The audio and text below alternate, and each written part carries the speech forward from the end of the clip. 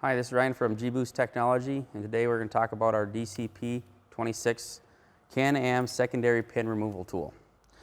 The reason we built this tool is because when we went to install our first prototype rollers during the testing period, it was very difficult to remove the pin.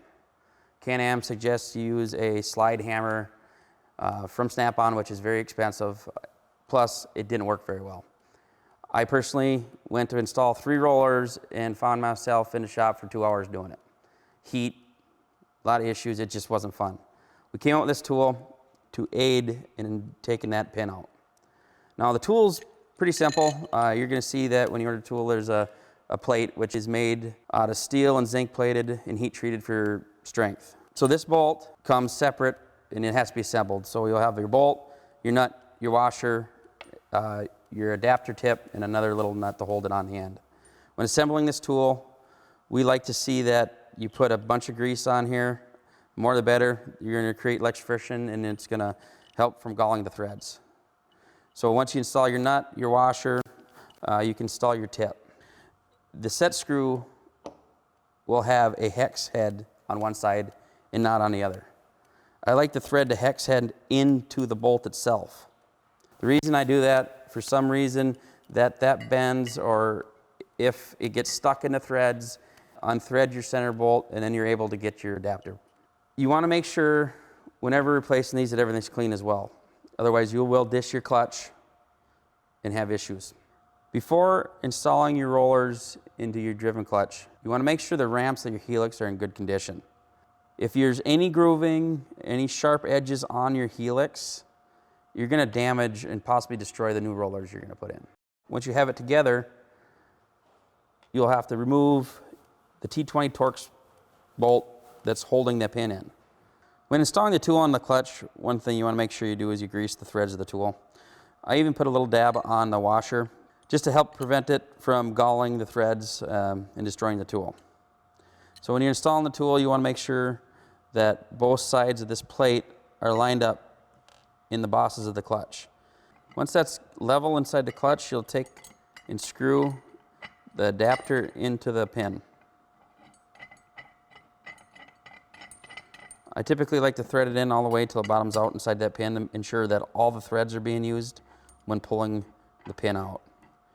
In certain cases, the pin can become seized inside the clutch, which is necessary to heat. I just apply heat to this outside. There's not a ton of heat necessary in here, but you want to be careful. You could melt and destroy parts of the clutch that aren't meant to be heated. We have our secondary clutch sheave installed into our DCP21 clutch holding fixture. This aids in being able to work with this without it rolling on the bench or having somebody hold it. It's solid, it works extremely well. Once you got your tool threaded in, everything tight, what you'll do is you'll take 2 3/4 inch wrenches. You'll put one on the outside and use the other one on the inside. And holding that outside one, you'll turn the inside nut. That pin is coming out. I'm not putting any pressure on it. If you have one that seems to be difficult, stop. If it's coming out hard, add some heat. Or if you haven't greased, grease those threads. It's very important if you start struggling and you feel it binding to stop. Damage can occur. Like I said, if it gets, the easiest thing is add heat. And again, just enough so that you can get the roller out. We don't want to pull the pin all the way out. It makes it more difficult to reinstall it. I like to periodically check that roller, see if it's able to come out, which is not quite there yet.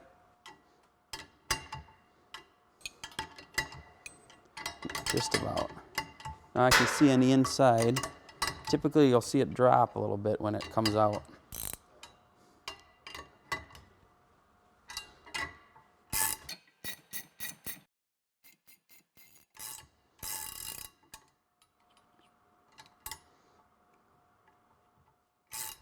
There. Keep an eye on that washer. That needs to be reinstalled. Now, for assembly, basically now that the pin's out, we don't want to pull it all the way out again, so loosen it up. Take the tool out, unthread the inside. Simple, easy to use. That's it. Now, when installing a new roller, typically, I think a 5/16 roll pin punch will fit in there really nice. Once you get into the housing, you might want to drop down a size. It gets to be tight in there. We don't want to gall the housing up, but you'll never be able to get that pin back out.